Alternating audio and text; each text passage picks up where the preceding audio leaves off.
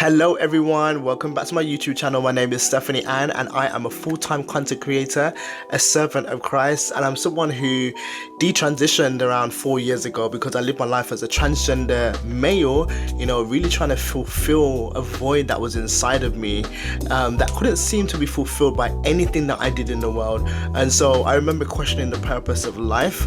I remember questioning my existence, and I remember just praying to God to show me whether I can be transgender and worship Him.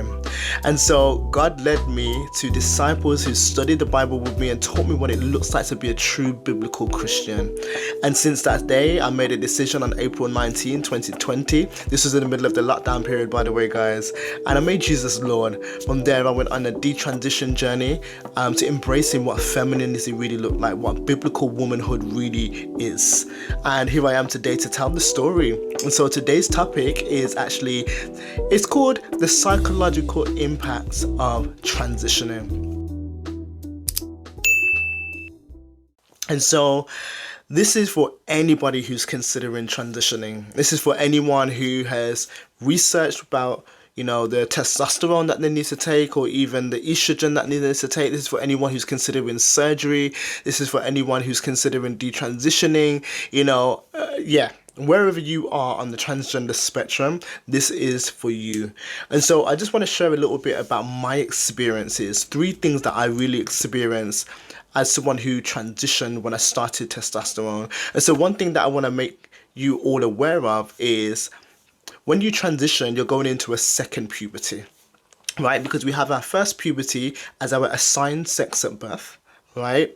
And then, for those who do transition, or those who were considering to transition or have transitioned, you go into a second phase of puberty. And so for me personally, obviously I was born female and then I transitioned to male. And so naturally my body would produce estrogen, that would give me my feminine, my shape, that would give me a feminine voice, that would give me, you can identify the fact. You can identify that I'm a female from the way I look because of the estrogen that's basically running through my body, right? And so I started taking testosterone.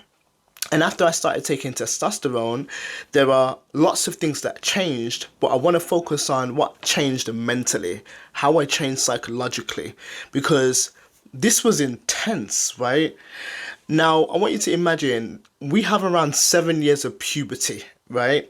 And so you go through all the different stages of puberty. As women, we start our menstrual cycle, we start ovulating, all these different types of things, our chest starts to grow, with boys, maybe their voice starts to get a little bit deeper, they start growing an Adam's apple, things just start changing. And so as things are changing, your mood's changing, the way you think changes, the way you speak changes. And so when I started the things that changed for me psychologically is the fact that I had 7 years worth of puberty sped up into around 2 years. So it's almost like the testosterone that played its course or ran its course in my body was almost like a fast track to being a man.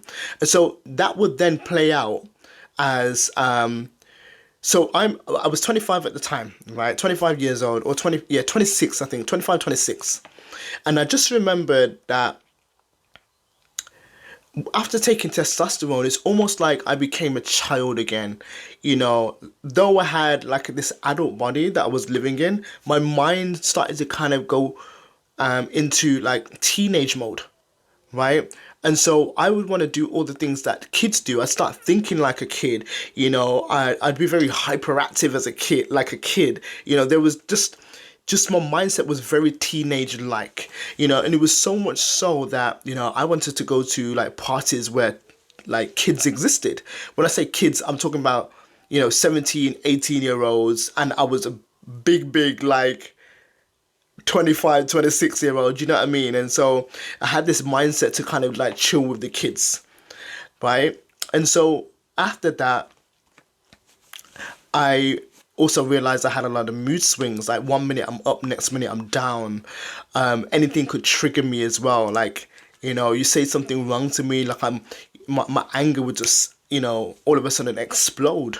and it was obviously a very difficult time for me because it was uncontrollable, right? So that's basically the first thing that I noticed. The second thing that I noticed was that my libido went through the roof, right? And so your libido is basically it's that thing that gives you your sex drive, right?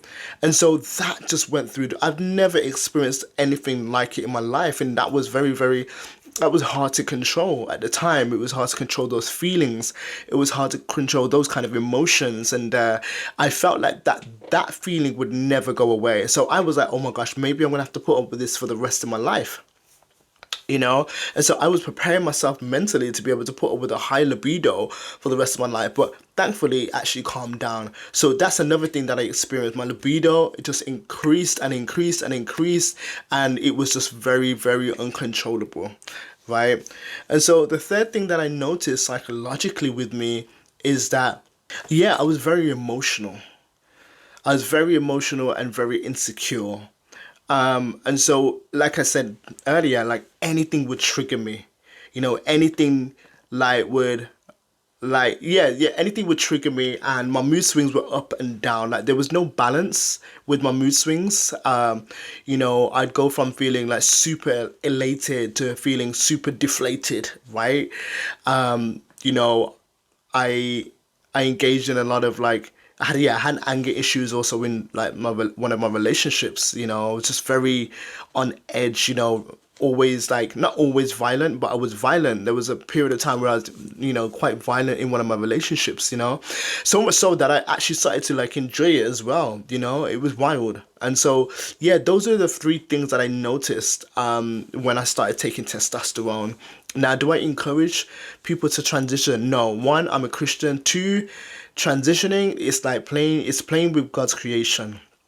Something that you didn't create, and you're basically playing with biology right there. Did I have a great experience when I transitioned?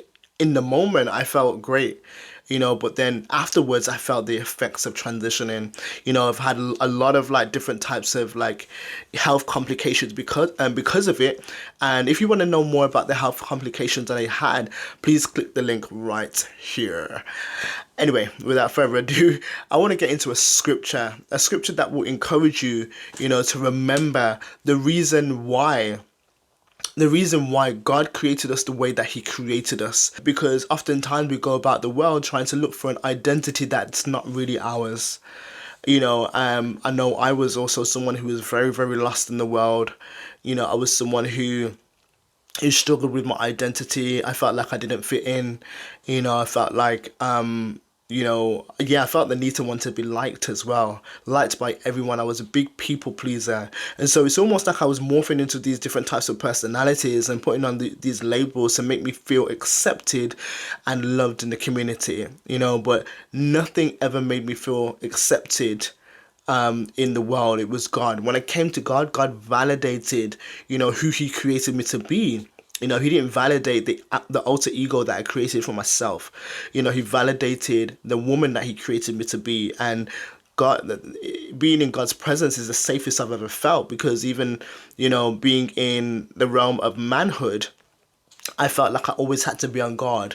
There were times where I've always had to be on guard. When interacting with other men, it's almost like, I had to square up my shoulders to show that I'm tough, to show that I'm strong, to show that I'm like them. There was just, yeah, it wasn't.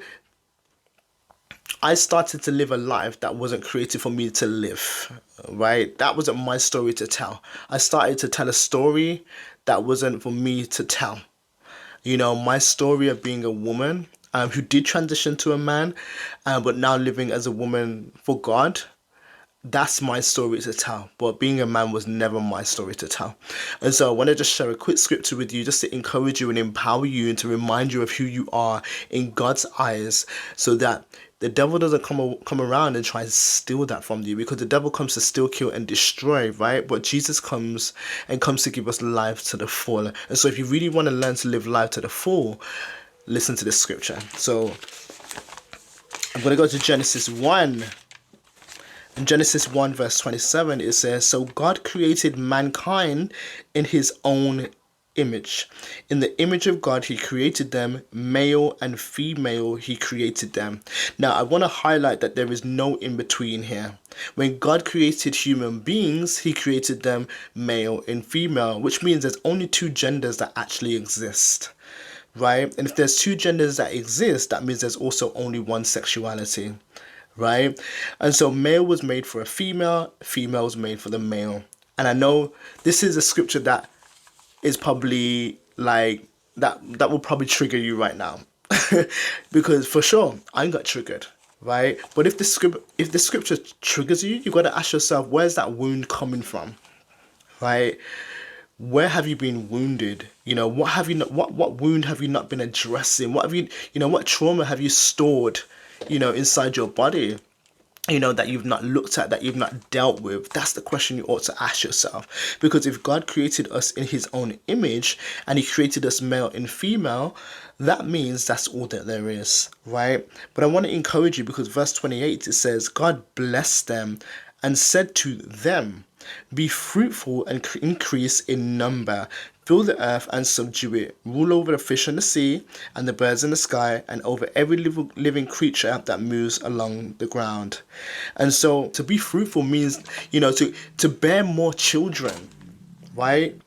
And so God was like, yeah, I'm trying to get little mini me's all over this earth. Go and populate it, right? And so if we're tampering with the work of God, with the art of God, then how can we expect to do what God has called us to do? So without further ado, I hope this encourages you. If you are interested in a Bible study, please reach out to me. Other than that, I'm on Instagram, by the way.